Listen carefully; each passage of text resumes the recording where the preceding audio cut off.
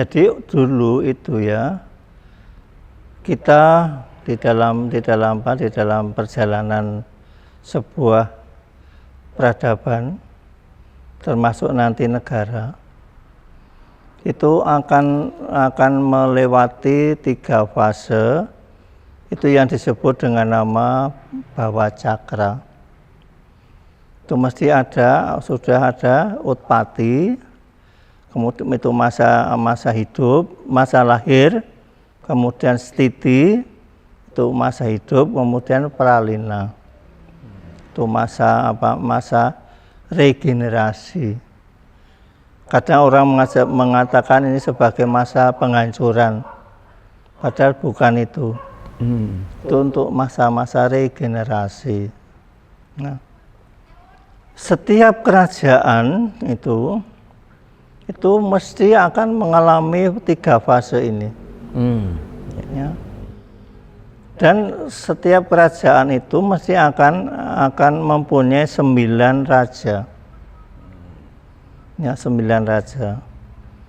Kalau nanti sudah 9, berarti dia sudah harus selesai dinasti kerajaan ini. Misalnya Mataram kuno. Mataram kuno itu juga ada 9 raja yang memerintah. Kemudian setelah 9 ini kemudian akan berpindah. Itu ada dinasti baru ya, misalnya dinasti Isyana. Itu Empu Sindok itu yang kemudian berpindah ke Jawa Timur itu. Nanti juga demikian pula pada masa Medang, kemudian Kauripan, kemudian Kadiri, kemudian nanti Singasari, Majapahit, dan seterusnya itu tuh akan mengalami semacam itu. Jadi ketika sebuah kerajaan itu sudah melewati 9 raja, itu harus ada regenerasi ini. Nah, proses regenerasinya ini itu dilakukan dengan apa? Dengan cara yuda itu tadi. Dengan cara apa? Dengan cara rana yasnya. Mengapa kok semacam itu? Karena rana yasnya inilah nanti akan mampu membuat suatu regenerasi. Ya, diregenerasi untuk apa? Untuk masa-masa yang lebih baru, lebih kemudian.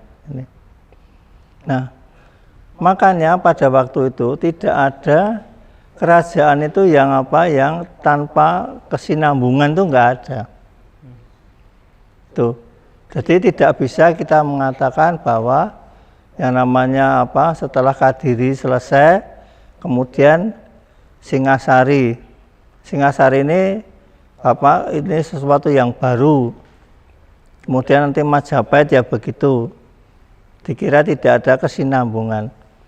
Nah, antara satu dengan kerajaan yang satunya ini ada sambungannya. Ini yang disebut dengan nama Sambanda. Nah, di dalam Sambanda inilah Mas ya, nanti proses regenerasi itu berlangsung di sini. Maka kelihatannya perang itu terjadi di sini. Ya, rana yasnya itu ada di Sambanda itu.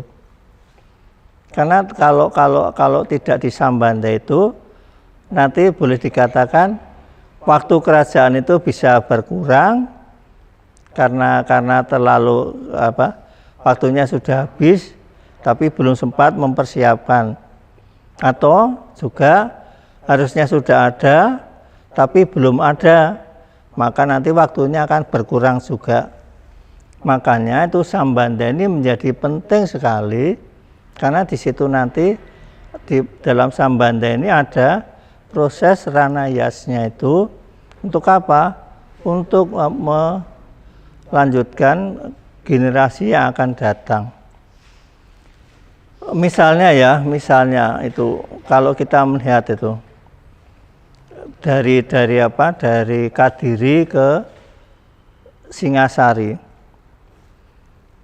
Dikira yang namanya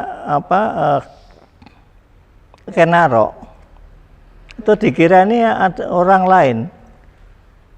Bukan, dia itu bukan orang lain, Mas. Ya. Jadi di depannya Kenarok itu ada Tunggalametung. Nah, Tunggalametung inilah yang menjadi raja utama sebetulnya. Yang namanya itu Tumapel tuh.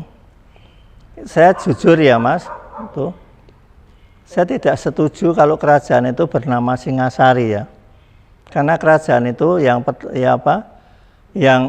tadinya didirikan oleh siapa? Oleh Tunggalametung itu adalah Tumapel.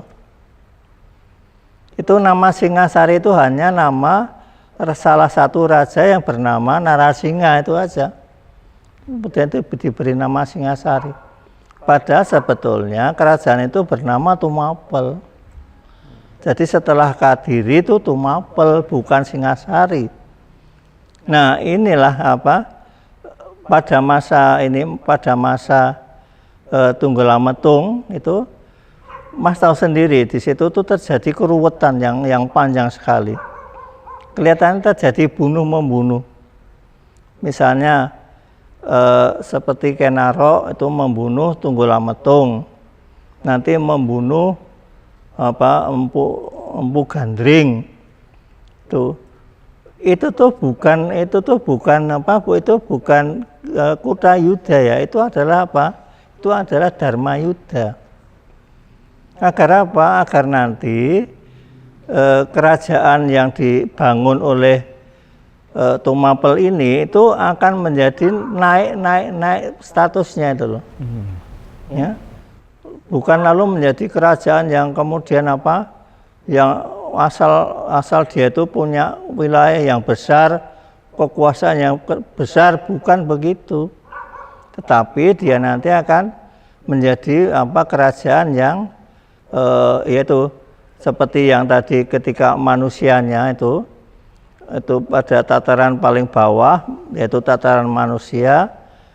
Ini kerajaan pun akan mengalami semacam itu. Ya, ketika yang menguasai masih manusia, kemudian manusianya naik ke tingkat ke tataran Buddha, kerajaannya pun akan ikut di dalam tataran Buddha semacam itu. Kemudian juga Pitara, juga kemudian Resi, kemudian menjadi Dewayasnya. Itu semua itu kerajaan pun akan mengalami proses itu. Ini, nah, maka kadang-kadang di situ itu kita melihat banyak peristiwa-peristiwa perang semacam itu. Kita tidak tahu apa artinya perang di situ. Kita tuh menganggap bahwa itu nanti ada proses proses perebutan kekuasaan misalnya. Bukan sama sekali itu. Itu adalah proses regenerasi. Ya. Regenerasi untuk Untuk masa yang akan datang. Untuk kerajaannya akan menjadi lebih baik. Nah, inilah yang perlu kita mengerti sampai sekarang itu. Itu hampir semua seperti itu, ya, hampir semua seperti itu. Lalu yang Majapahit ya misalnya, ada beberapa hal yang sudah ditampilkan juga itu, misalnya ada istilah Sirna Ilang Kertaning Bumi. Nah, kita mesti perlu tahu ya, itu siapa yang punya istilah itu. Itu yang punya istilah Sirna Ilang Kertaning Bumi itu adalah siapa? Ini adalah para pujangga yang mengubah babat pada masa Kapujangan Surakarta. Itu, ya. Jadi Sirna Ilang Kertaning Bumi itu ditulis jauh setelah Majapahit itu tidak ada. Itu ditulis pada masa kerajaan Surakarta. notabene pada waktu itu perang Kutayuda sudah mulai ada di sana. Itu dilakukan oleh kerajaan-kerajaan di Surakarta pada waktu itu. Nah, ini yang menulis apa? Sirna Langketaning Bumi itu adalah apa? Itu adalah pujangga Kraton Solo, itu yang bernama Ngabai Kartoprojo. Itu. Jadi itu apa yang ditulis itu adalah memang beliau itu membayangkan itu kerajaan itu sudah hilang. Jadi tidak tahu proses yang sesungguhnya, proses peradaban, proses kulturalnya dia tidak tahu memang.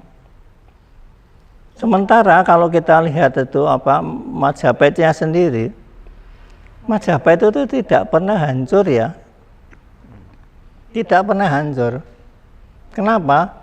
Karena ketika itu sudah 9 raja, itu apa?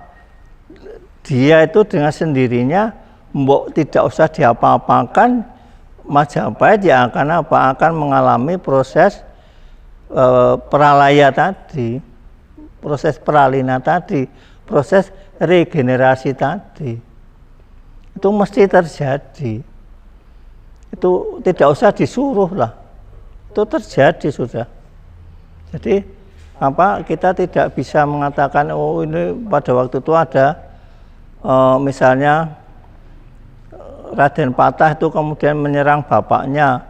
Itu raja itu menyerang Raja Majapahit Brawijaya kelima dan sebagainya. Wah lah sama sekali tidak. Sama sekali tidak. Ini loh yang kita perlu hati-hati di sini. Jangan sampai kita tuh keliru pengertian, ya. Keliru pengertian yang berkepanjangan sampai hari ini. Gitu. Jadi ketika kita memahami Majapahit itu ya begitu. Majapahit itu tidak pernah kok mengalami kehancuran tuh enggak, tidak pernah. Gitu. Ya kemudian dengan sendirinya akan ada regenerasi lagi, yaitu siapa regenerasinya itu adalah Raden Patah itu. Ya, Raden Patah nanti juga begitu, Raden Patah turun nanti akan mengalami proses regenerasi lagi. Itu. Nah, sekarang ini menjadi masalah. Ketika sudah lalu abad 20 ini raja-raja Jawa ini juga sudah tidak tahu tentang masalah macam ini. Pemahaman tentang tiga hal tadi. Ada ada Utpati Siti Pralina, mereka tidak tahu. Makanya ketika menjadi raja di misalnya Surakarta itu Pakubuwono, kemudian itu sampai sekarang sudah 13.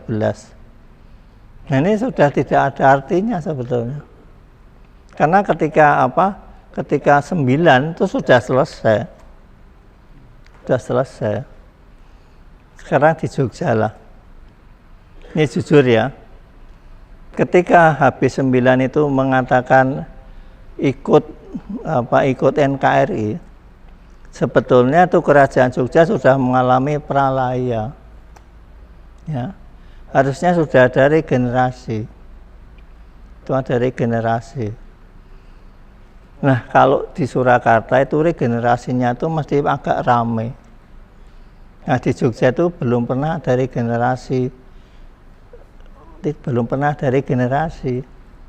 karena HP 9, nah harusnya itu HP berikutnya itu tidak HP 10, tetapi harus berganti nama. Entah namanya siapa, tapi bukan Hamengkubuwono itu. Ya ini harusnya itu sudah berganti, situasinya itu sudah berganti. Oleh karena itulah maka kalau sekarang ini situasi menjadi kacau balau ya layak. Karena apa? Karena ini aturan-aturan ini tidak tidak diikuti dengan baik oleh oleh adat kita sendiri. Ini peradaban kita. Ya, ini peradaban kita yang harus kita pahami. Gitu loh. Bahwa perang pada saat itu pun juga dalam rangka regenerasi. Jadi kalau namanya misalnya usurpator itu sebetulnya tidak pernah ada. Itu ya. Bunuh membunuh antar raja itu sebetulnya jarang terjadi. Itu karena apa? Karena memang ya memang tidak ada itu terjadi semacam itu. Ini. Nah, inilah yang perlu kita mengerti bahwa ini ada peristiwa yang namanya itu Utpati Stiti Pralina, ini harus kita pahami betul. Jangan sampai kita tuh mengartikan situasinya tuh seperti negara-negara lain yang di situ tuh orang berebut kekuasaan.